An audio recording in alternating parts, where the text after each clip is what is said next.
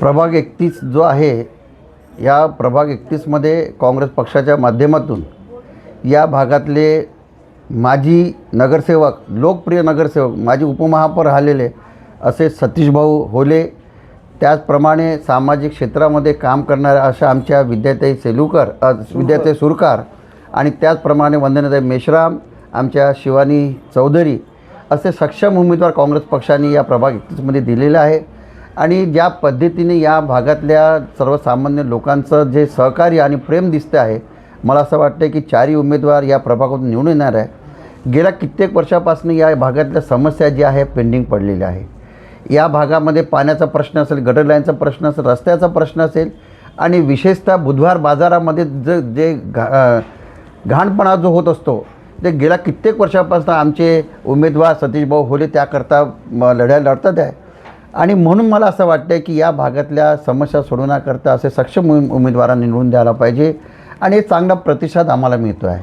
सर्वसामान्य आज आपण बघतो हजारोच्या संख्येमध्ये लोक स्वतःहून या रॅलीमध्ये येतात आहे. आणि ज्या काही या भागातले जे लोक आहेत त्यांचा आशीर्वाद या लोकांना मिळत आहे.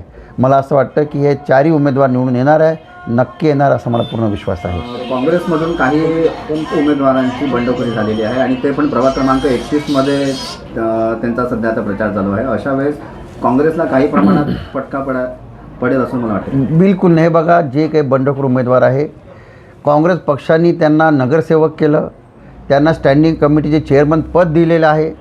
असे लोक जर बंडखोरी करत असेल तर मला असं वाटते की जनतेला त्या लोकांना सबक शिकवायला पाहिजे. उर्वरित जे आहे ते नवखे लोक आहे, त्यांचं राजकारणाचे काही घेणं देणं नाही आहे, असे लोक या भागामध्ये आहे. परंतु काँग्रेस पक्षाने जे उमेदवार दिलेले आहे हे सर्व विचार करून आणि एक चांगलं नेतृत्व सतीशभाऊ होलेच्या माध्यमातून इथे सुरू आहे. मला असं वाटते की जे बंडखोर जे आहे, या बंडखोरीमुळे कुठलाही परिणाम या प्रभाग 31मध्ये होणार नाही हा पूर्ण मला विश्वास आहे. आणि या भागातले जे मतदार आहे हे जागरूक मतदार आहे. या भागामध्ये हनुमाननगर असेल, सोमवारी क्वार्टर असेल, आपलं गणेशनगर असेल, या भागातलं आनंदनगर असेल, या भागातले लोक म्हणजे शिक्षित लोक आहेत, त्यांना कळतं की आपण कोणाला मतदान केलं आहे. बंडखोराला कुठलीच जागा मिळणार नाही हा मला विश्वास आहे.